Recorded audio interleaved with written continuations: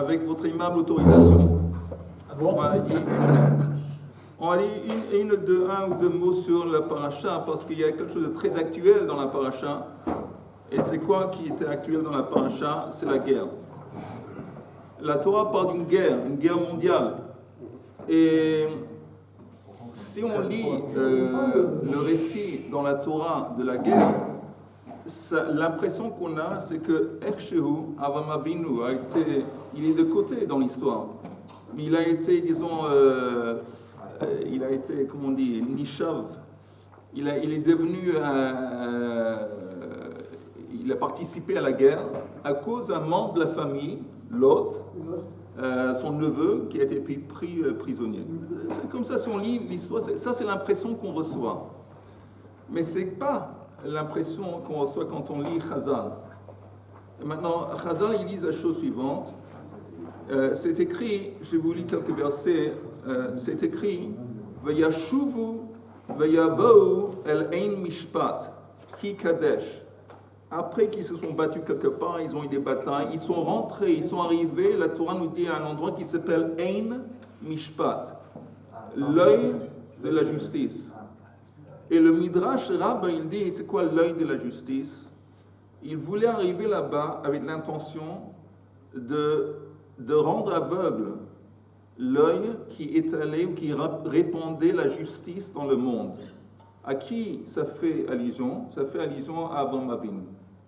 Parce que Avraham Avinu, dans sa génération, tout le monde disait, bon, c'est la jungle. Ce qui compte, c'est les lois de la nature, et le plus fort, c'est lui qui les remporte. Et le message, un des messages principaux d'Avraham Avinu, c'est pas seulement qu'il y a un Dieu, il y a un Kadosh Baruch Hu, mais il y a justice. Et Akadosh il gère les affaires des hommes. Il intervient. Il y a Sachar, il y a Onesh. Et ça embêtait profondément à ces rois, au point où, selon le Midrash, Ein Mishpat, il voulait rendre aveugle l'œil. C'est quoi l'œil? La vision du monde, où il y a la justice. Et qu'est-ce que c'est censé nous rappeler? Hekla, Yimarshmo, qui a dit que la raison principale pour laquelle il s'est pris aux Juifs, parce qu'ils ont introduit l'idée de moralité et de matzpoun. Comment on dit matzpoun? Conscience. Une prise de conscience, c'est la faute aux Juifs. C'est eux qui ont introduit tout ça et leur moralité. C'est vrai? Oui, il dit la vérité. Il a dit. Et c'est vraiment lié à Ein Mishpat. Après, qu'est-ce qui est écrit? C'est écrit que... c'est écrit « Vayikru » et Lot, v'et rechusho ben achi Avram, v'yeilechu v'hu yoshev bistom. C'est écrit qu'ils ont pris prisonnier Lot. Mais ce qui est remarquable, le verset précise ici, ben achi Avram. Lot, c'est le fils du frère d'Avram. On le sait. On le sait. C'est bon de le rappeler. Non, il n'y a pas besoin. Pourquoi on le rappelle maintenant? Et la raison est parce que la raison pour laquelle ils ont pris prisonnier Lot, c'est pour impliquer Avram. C'est la raison principale qu'ils ont pris Lot. Pourquoi Lot? Parce qu'il est Ben Achi Avram. Ils voulaient impliquer, ils voulaient faire entrer Avram, ils voulaient porter atteinte à Avram. Parce que Avram, comment il réagit? C'est écrit dans le prochain verset, Vayavo hapalit vayaged Avram haivri. Ça aussi, il me semble, la première fois que la Torah appelle Avram ivri. Et Rashi dit là-bas, c'est quoi ivri? Que tout le monde se trouve d'un côté de la rivière et Avram se trouve de l'autre côté de la rivière. Encore une fois, de quel point de vue? Parce que le monde dans lequel il vivait, il regardait d'une façon, une vision matérialiste des choses. Avram, il était de l'autre côté. Il dit non. Tout ça, tout ce qui se déroule dans le monde, c'est un scénario divin, c'est spirituel. Il avait une vision spirituelle de tout ce qui se passait dans le monde. Donc il était ivri, il était de l'autre côté. Et la preuve qu'il avait une façon spirituelle devant les choses, quand il entend ce qui s'est passé, Vayishma Avram ki nishba achiv, vayarek et chanichav yalidei beito, shmona asar ou shlosh meot vayirdof addan. Si on prend le verset dans le sens littéral, c'est écrit qu'il a pris Chanichav Il y en avait combien? Il y avait 318. Il va faire la guerre avec les rois de l'Est et les rois de l'Ouest. C'était des empires, c'était énorme. Ça comptait des milliers de personnes, des milliers de soldats, avec 318 personnes. Alors, où c'est la folie la plus complète? C'est presque stupide. Ou, la seule façon qu'on peut comprendre, c'est qu'Avraham Avinu savait que ce qui va déterminer, ce n'est pas le nombre, ce n'est pas la puissance des bombes et des avions et des choses, des technologies. C'est l'aide divine, c'est Asiyata d'Ishmaïa. Et si c'est l'aide, exactement, ça rappelle les Hashmonaïm, parce que les Hashmonaïm c'était la même histoire. Ils se sont dressés contre, comment on dit en français, Seleucides. C'était quand les Séleucides, c'était une puissance militaire très puissante. Et c'était une famille de prêtres, Hashmonaïm. Et ce n'étaient pas des combattants. C'était Talmidei Chachamim. Et ils ont commencé comme ça, un petit groupe de personnes, ils ont osé se dresser contre Mapiton. Parce qu'ils ont compris que ce qui va déterminer la victoire ou pas, ce n'est pas encore une fois ce qu'on entend tout le temps, Tzal, Anachnu Ma'aminin Betzal. C'est Akadosh Baruch Hu. C'est Akadosh Baruch Hu. Aussi. Non. Chas v'shalom. C'est surtout Akadosh Baruch Hu. Oui, et c'est l'armée aussi. C'est pas Akadosh Baruch Hu aussi. C'est l'armée aussi. Et c'est quoi Chanichav? Alors je lis le Rashi. Rashi dit c'est quoi Chanichav? Chanichav Chanachokti. Il dit en fin de compte, c'est écrit quand on lit le texte Chanacho. C'est Eliezer. Chez Chanacho le mitzvot. Selon le Midrash, il n'a pas pris 318, il a pris Eliezer. C'est lui et Eliezer qui sont sortis en guerre. Vu le shon hatralat knisat adam au kli la umanut shuatid la amodba. Il dit c'est quoi Chanichav comme Chanouka? C'est quand on commence à Chonchim, quand on inaugure quelqu'un. Alors il a inauguré ces gens dans la voie de la spiritualité, mais aussi on peut le dire qu'il les a inaugurés dans l'armée, avec des armes. C'était pas des combattants, c'était des bachourish. C'était des gens qui étaient dans la tente en train d'apprendre la spiritualité. Chanichav, selon Rashi, il les a fait entrer. Et il va en guerre. Après, il gagne la guerre, il rentre et c'est écrit dans le verset Ou Malki Tzedek, Melech Shalem, Hotzi Lechem Vayain, Vehu Kohen Le'el Elyon. Alors il y a le prêtre qui s'appelle Malki Tzedek, mais le verset dit Hu Kohen lequel Elyon. On dit que Malki Tzedek c'est Shem, c'est un des fils de Noach. Mais c'est précisé qu'il est le prêtre au Dieu Elyon. Ça veut dire quoi Elyon? Elyon, il croyait en Dieu, mais il était détaché de la terre, détaché du comportement, du déroulement de l'histoire. Il était Elyon. Et qu'est-ce qu'il dit à Abraham? Vayivarcheu vayomar baruch Avraham le'el Elyon koneh shamayim va'aretz. Que grâce à toi, Abraham, les gens comprennent que ce Dieu qui est élevé, il est aussi, c'est à lui qu'appartient le ciel et la terre. Ça veut dire que lui, grâce à toi et ta vie et ton comportement et ta victoire, on voit qu'Akadosh Baruch Hu se mêle des affaires des hommes. Et alors après, qu'est-ce qui se passe à la fin? Il y a le roi de Storm, il dit, écoute, rends-moi les gens et tout le butin c'est à toi.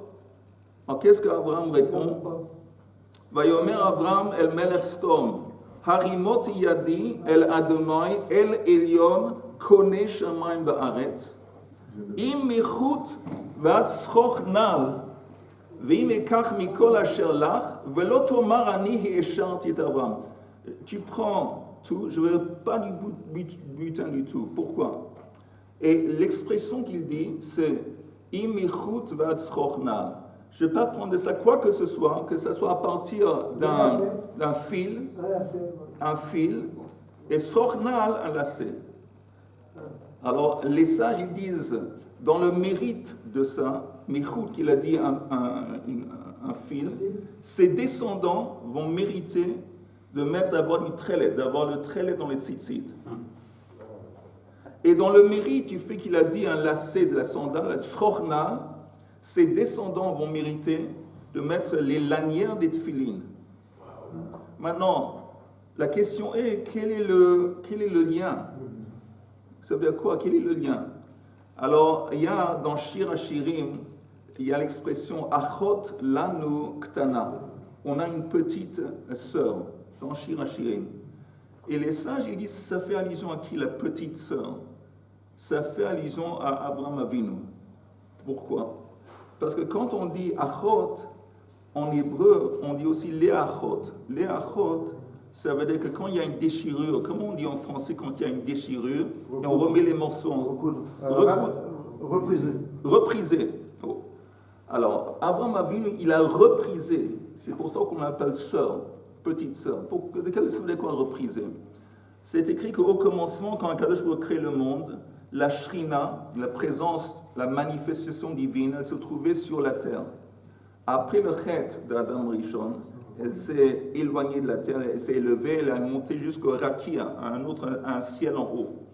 Après le chet de Caïn, elle s'est élevée encore plus. Et elle s'est attachée à un cieux encore plus élevé.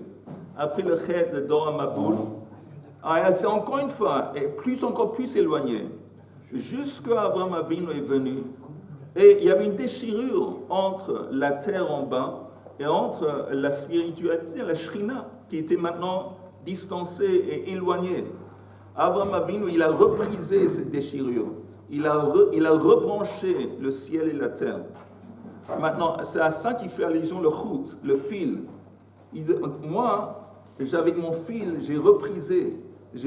Avec ce qui s'est passé dans la guerre, j'ai rebranché la terre et le ciel. Et ce mérite, je ne suis pas prêt à te le donner à toi. Si tu vas me payer, c'est comme si un truc,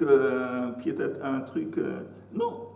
Et deuxième chose, c'est quoi l'idée de la sandale, de la lanière de la sandale? C'est que quand il a poursuivi les rois, il a couru. Ça veut dire quoi qu'il a couru? Il a canalisé toute l'énergie qu'il avait dans le but de Kiddush Hashem. Alors qu'est-ce qu'on fait nous? Alors, deux choses. Maintenant on retourne à l'analogie. La trélette. Qu'est-ce que c'est le trélette? Le trélette, les sages ils disent, quand tu vois le bleu dans les tzitzit, ça te rappelle le bleu de la mer. Et quand tu vois le bleu de la mer, après quand tu vois le bleu de la mer, ça te rappelle le bleu dans le ciel. Et le bleu dans le ciel, ça te rappelle Kisei HaKavod.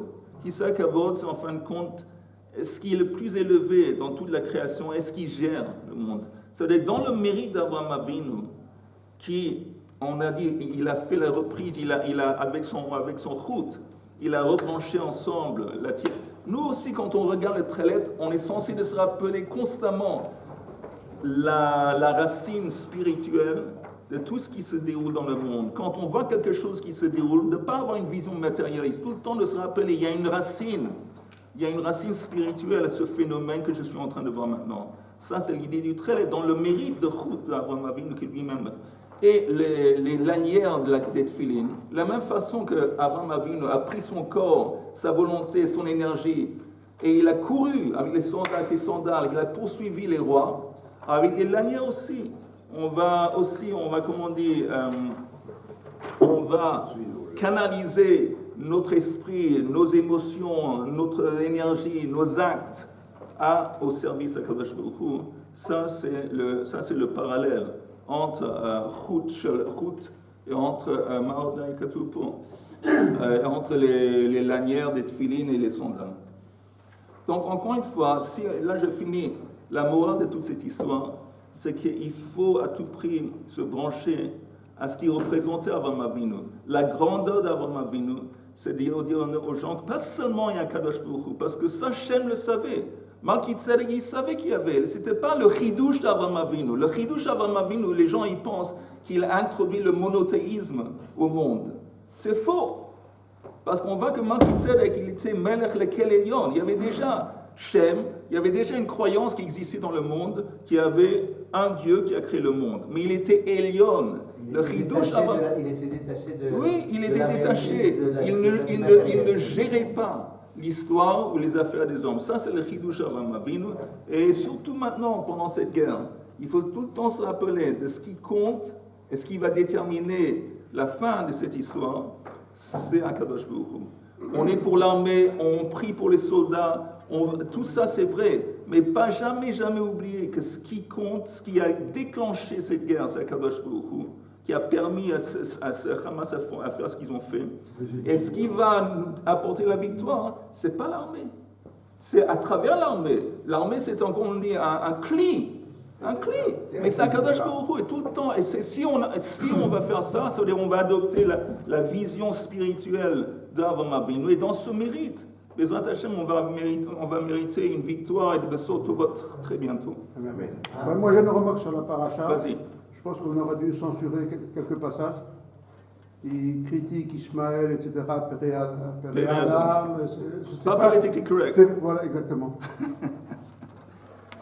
Quel est le Attends, je vais vous dire quelque chose. Avant de venir, je vais confier, j'espère que c'est seulement entre nous, mais j'ai vu un truc, il y a un type qui était le fils d'un des dirigeants du Hamas. Oui. Et il était en prison, dans une prison israélienne pendant je ne sais pas combien de mois, 9 mois, je ne sais pas. Le prince vert. Hein? Le prince vert. Et il a fait sortir avant 2-3 jours une chose, je vous dis, j'aurais aimé qu'un politicien israélien parle de cette façon. Pendant 3 minutes, ça a duré. Il s'est adressé à tous les gens qui manifestent dans les rues en Europe, en Amérique, pour les Palestiniens. Il dit, c'est incroyable, je vois ça, il dit, pour qui vous êtes en train de manifester? Est-ce que vous avez conscience, vous savez, qu'est-ce que c'est la Palestine? Palestine de qui? La Palestine du Hamas? La Palestine de ça? La Palestine... C'est des barbares, c'est des chats. Et vous ne voyez pas ce que l'Ouest et l'Israël, ils ont en commun. Comment, quelle ignorance, et ça peut-être l'antisémitisme, peut-être en fin de compte, ce n'est pas la Palestine qui vous est importante, c'est surtout la haine des Juifs. Et les Juifs sont en train d'éprouver leur holocauste, un holocauste moderne, et ça, c'est votre réaction. Il dit à la fin, mais c'est très beau, vous devez vraiment regarder, ça dure 3 minutes, et il dit que vous n'avez rien à voir avec ce qui se passe ici. Quand vous avez des problèmes chez vous en France, en Angleterre, alors là, faites des manifestations contre vos politiciens et contre vos problèmes à vous. Mais ici, c'est notre problème. Et ici, on règle notre problème à la façon, au style du Moyen-Orient. Au style du Moyen-Orient, pas dans votre style. Et il dit, qu'est-ce qu'on va faire? On va tuer tous les dirigeants du Hamas. On doit tuer tous les Hamas qui sont en prison. On va... Et le type, on voyait qu'il était ça, et il a dit, moi, je suis un Palestinien. Moi, il est né à Ramallah. Moi, j'ai le droit de parler de ce qui se passe, parce que moi, je sais ce qui se passe ici. Moi, je sais qui c'est Hamas, ce qu'ils veulent. Vous ne savez pas. Alors, fermez-le. Et à la fin, il a dit, très beau, il a dit, que vous sachiez que votre opinion, elle n'a même si vous étiez la majorité, aucune valeur. Et ce qui va se passer. Et pas seulement l'attaque de Hamas a éveillé la colère d'Israël, elle a éveillé la colère de Dieu. Et vous allez maintenant voir Dieu en action. Et voilà, j'ai vu ça, j'ai dit chapeau. On n'a pas encore entendu un Israélien, un politicien, un dirigeant israélien parler comme ça. Entre parenthèses, il s'est converti au christianisme. C'est pas important. Non, entre parenthèses. C'est pas important. 73% des Français, beaucoup de sondages, 73% des Français, ils en peuvent que ça leur arrive la même chose. Bien sûr, ils ne savent pas, les Européens ils ne comprennent pas ce qui les attend en Europe. Ils ne savent pas l'étendue. Ici, il va se passer en Europe quand ils vont se déchaîner les Arabes, parce que ça va durer des semaines et des mois. Et ils vont commencer à décapiter la population qui se trouve à côté d'eux. Ok, messieurs, après tout ça, Mesdames, s'il vous plaît. on va, peut-être on va apprendre un peu de Gemara. Mais Masechet Megillah, on y va? On a dit toujours la page. Vous y êtes ou pas? Vous êtes prêts? Dites-moi quand vous êtes prêts. Prêt? Toujours la première page. L'autre fois, on a pris ça ensemble.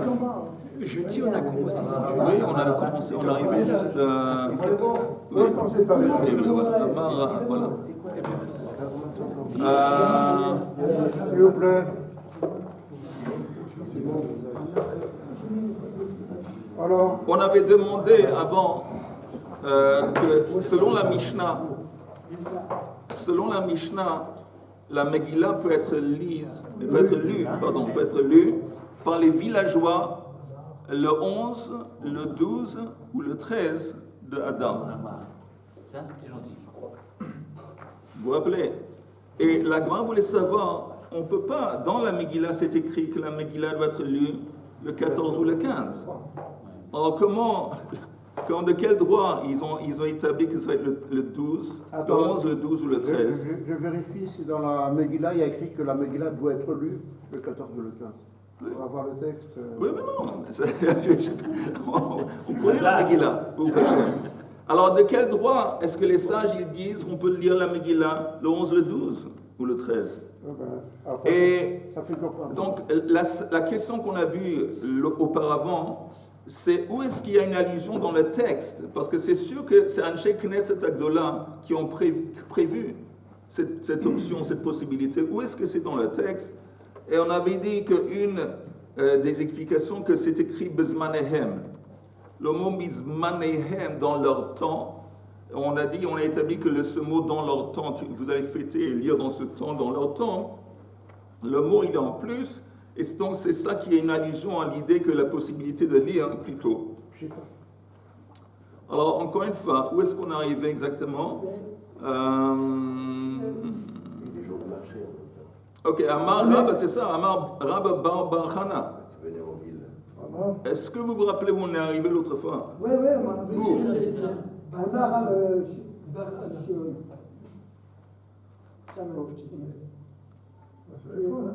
Amar Rab Bar Bar Chana, on est arrivé jusque-là, il me semble, non? Oui, non, ici on est. Amar Rabbi Shimon Bar Yitzhak. Hein? Tu te rappelles ou pas? Non, mais Il y a quelqu'un qui se rappelle. je n'ai pas trouvé dans la Megillah où on disait qu'il fallait lire la Megillah le 14 et le 15. Hein? Amar Rabbi Yochanan. C'est avant. Amar Kara les Kayem et Yemé Apurim Aele Beis. Ah non, mais ça on a déjà vu. Et bien, reviens dessus alors. On va le... Il vient de revenir là-dessus. Maintenant, il vient de revenir. Il n'était pas là. Ok, on va prendre... Ouais, merci.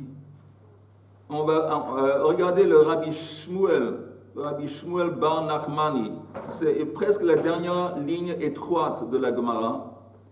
Amar, Rabbi Shmuel Bar Nachmani Amar, Amar Kra, Kayamim Ashanachu Bahem Ayudim. Vous y êtes ou pas?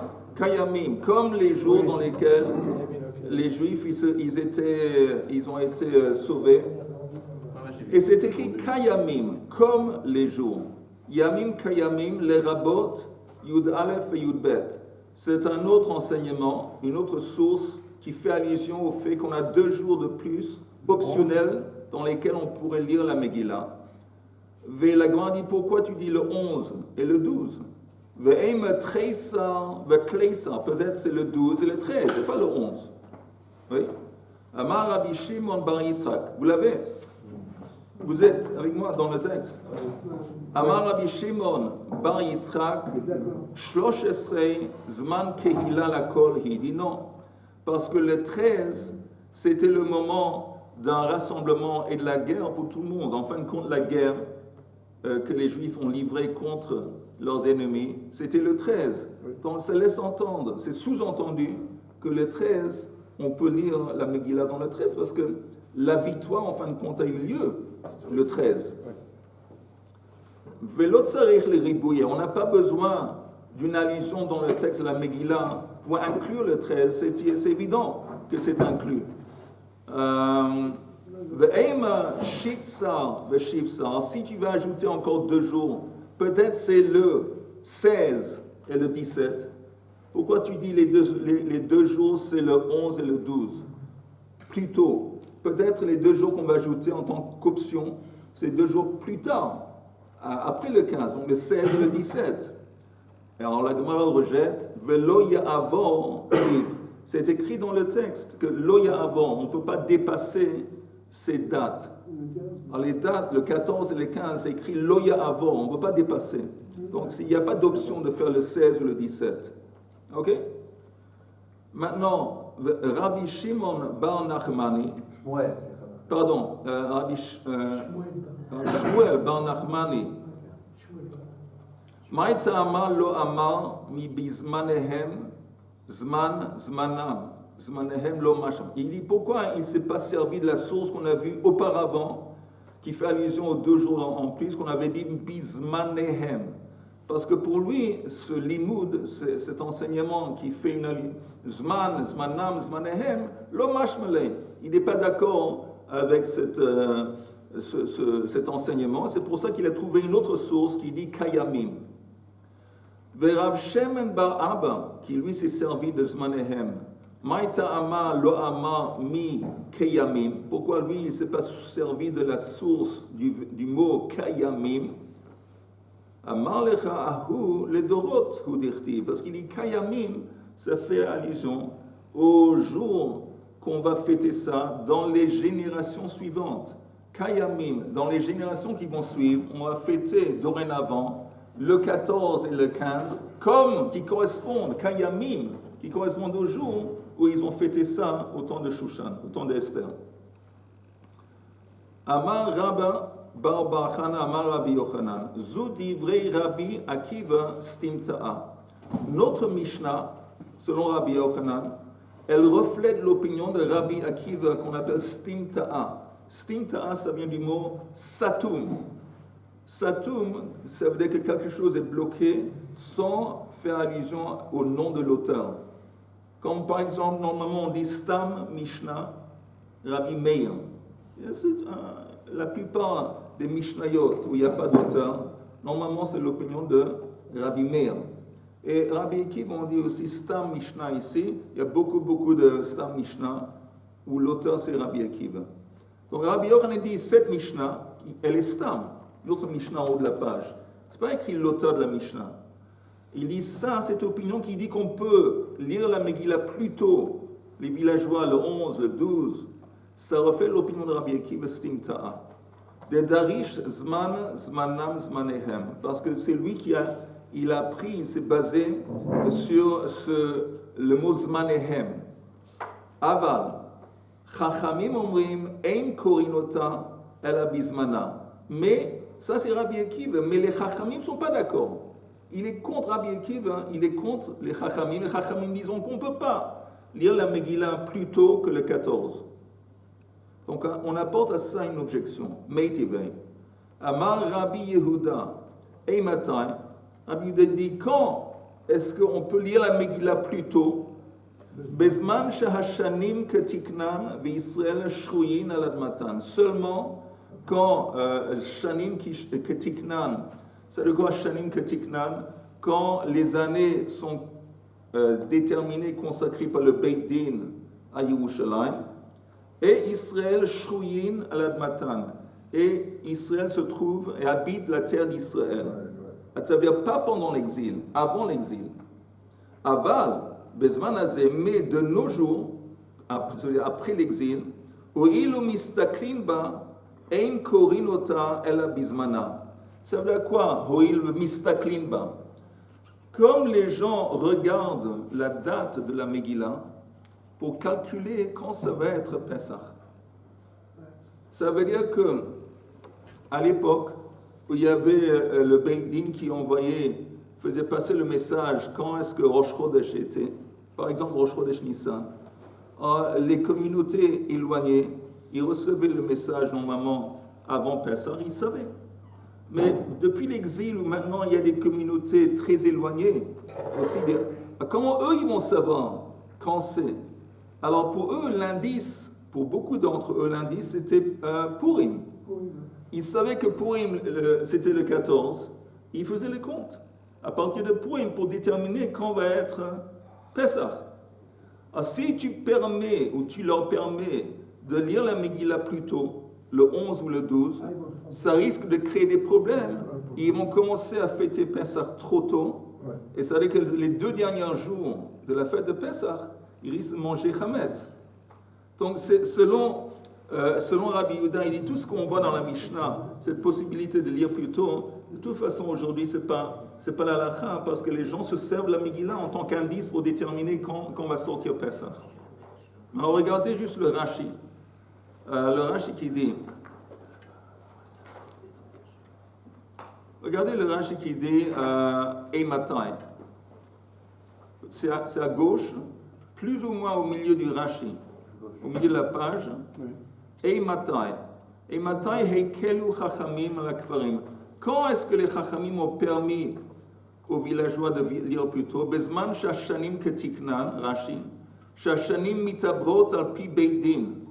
C'est quand les années sont déterminées selon la décision du beidin. והחודשים מתקדשים בבית דין, שולחים שלוחיהם להודיע, מתי הוקדש ניסן. Ils envoient des messagers au village, aux villes, pour annoncer quand Nissan, quand le Rosh Chodesh Nissan a eu lieu. Ve'osin mo'adim al pi shluchin. Et donc, on va fixer le temps du Pesach, aussi Chag Pesach et Chag HaShavuot, selon les messagers. Et prochain Rashi, que chez Shrouyin al-Admatam, ve'ashluchin magi'in ad Pesach, l'excès Eretz Israël, parce que c'était sûr que dans Israël, les messagers arrivaient même à la frontière la plus au nord, la frontière la plus au sud, avant Pesach. Ils ne prenaient pas tellement de temps d'arriver. Mais après, pendant l'exil, où ils sont vraiment éloignés dans d'autres pays, aval bezman hazeh, Rashi, chez Pasku kol eile. Tout ça, c'est terminé. Israël nifredu. Et le peuple juif a été éparpillé. Velo yagiu shluchei beit din etzlam. Akol sofin le mikra Megillah. Alors maintenant, tout le monde regarde la date de la lecture de la Megillah. Ve'omrim, yom yudaled be'adar, karinena Megillah. Nisharu, donc ils savent que la Megillah c'est le 14. Voilà. Nisharu la Adar, chamesh esra yom. On sait qu'il y a encore 15 jours qui vont rester dans le mois de Adar. Ve'chamisha asar shel Nissan, encore 15 jours pour arriver au premier jour de Pesach. Aussi une Pesach. Ve'im takdim kriyata. Et si tu leur permets de lire plus tôt, yasu Pesach, les sof shloshim yom shel kriya. Alors, au lieu de compter à partir du 14 ou le lendemain, ils vont commencer à compter à partir du 11. Venim seu ochlin chametz bayamim achonim shel Pesach. Et le risque et le danger qui vont... Alors, ça c'est ce que dit Rabbi Yehuda au nom des Chachamim. Alors la Gemara précise, Rabbi Yehuda alib de man, ce qu'il a dit, que cette permission c'est seulement avant quand les Juifs ils habitaient en Israël, mais pas maintenant. C'est selon qui? Il aime alib de Rabbi Akiva. Je suis dans la Gemara, j'ai retourné la Gemara. Si tu me dis que c'est selon l'opinion de Rabbi Akiva, afilu bezman hazeh, ita lehaita kanta. Mais Rabbi Akiva, qui lui vivait après la destruction du temple, il vivait après, il vivait. Alors, lui, pour Rabbi Akiva, il n'y a pas. Quand lui il a dit qu'il y a une permission, une possibilité de lire la Megillah plus tôt, ça s'appliquait même après la destruction du temple. C'est sûr ce que Rabbi Yehuda, lui, il dit, c'est pas selon Rabbi Akiva. Vous suivez ou je répète? Tu suis ou pas? Vous entendez? Rabbi Yehuda, lui, il dit, il y a une braïta qui dit que ce qu'on a appris dans notre Mishnah, que les villageois, on leur permet de lire la Megillah plus tôt, c'est seulement quand le temple existait et quand il y avait un Sanhedrin et quand il y avait les Shluchei Beit Din.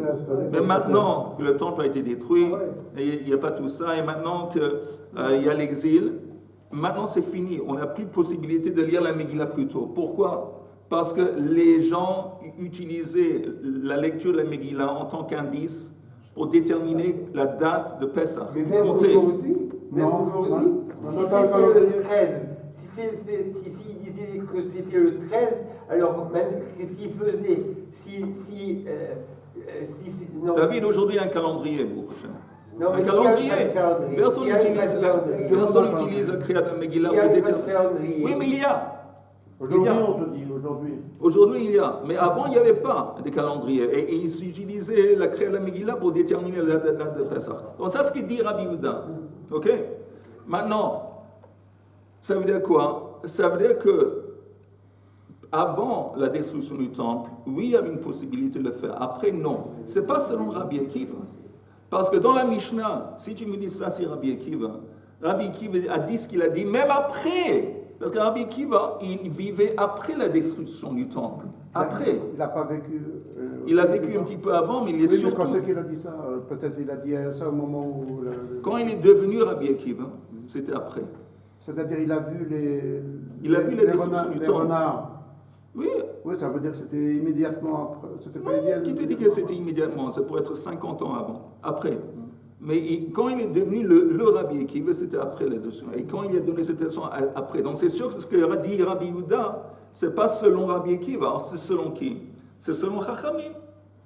Ça veut dire que même pour Chachamim, l'option de lire la Megillah plus tôt, ça existait. Seulement ça existait pendant que le temple existait. Et ça a terminé après que le temple a été détruit. Ça, c'est contre Rabbi Yochanan. Parce qu'on a vu que Rabbi Yochanan, lui, il a dit que l'opinion de la Mishnah, c'est Rabbi Akiva. Tandis que les sages, les Chachamim, ne permettaient jamais de lire la Megillah plus tôt. Jamais. Et là, on est en train d'attaquer Rabbi Yochanan. Il dit, qu'est-ce que ça veut dire? On voit que les Chachamim, avant que le temple ait été détruit, oui, ils ont accepté. Parce qu'encore une fois, il y a une marloquette entre Rabbi Yehuda et entre Chachamim vis-à-vis de la possibilité de lire la Megillah plus tôt. C'est quoi la marloquette? Alors, entre Rabbi Akiva et entre les Chachamim. Rabbi Akiva dit qu'on peut le lire plus tôt. Même après la destruction du temple, on peut lire la Megillah plus tôt pour faciliter la vie aux villageois. Et Chachamim, ils disent, apparemment, ils disent qu'on ne peut pas. Mais c'est quoi qu'on ne peut pas? On ne peut pas jamais. Il n'y avait jamais une possibilité de lire la Megillah plus tôt, ou on ne peut pas seulement à partir de la destruction du temple. Mais avant la destruction du temple, on pouvait. Et ça, c'est apparemment la preuve, c'est Rabbi Yehuda. Rabbi Yehuda, il dit ce qu'il dit. Il ne le dit pas selon Rabbi Akiva.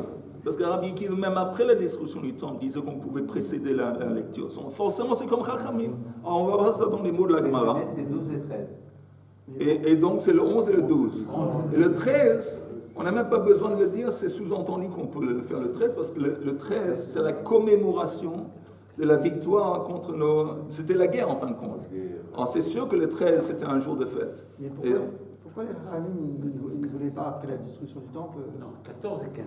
Parce que, encore une fois, comme avant, il n'y avait pas de calendrier, beaucoup de gens, comment ils savaient quand va être Pessah? Maintenant, il n'y a plus les messagers qui sont envoyés. C'était la date de la lecture, la date de Purim, la lecture de la Megillah. Pour eux, c'était, maintenant, c'est aujourd'hui le 14. Je vais compter, je vais ajouter 15 jours pour Adar. Encore, 15 jours pour Nissan. Et là, je vais savoir quand c'est le premier jour de la fête de Pessah. Alors, comme les gens, ils utilisaient la lecture de la Megillah en tant qu'indice pour compter jusqu'à Pessah, si tu leur permets de commencer à lire la Megillah trop tôt, le 11 ou le 12, ça va impacter d'une façon négative sur Pessah. Il y a un risque qu'ils vont manger du Hametz à la fin de Pessah. Ils vont manger du Hametz les 2 derniers jours. Non, parce que lorsqu'il y avait le temple, on envoyait des messagers. Oui. Voilà, quand il y avait le temple, presque tous les Juifs, ils habitaient en Israël. Et donc les messagers, ils arrivaient à toutes les communautés, les villes, les villages, pour annoncer quand le Rosh Chodesh Nissan a eu lieu. Et là, ils pouvaient savoir quand c'est Pessah. Oui. Alors je ne suis pas d'accord avec ce que vous avez dit.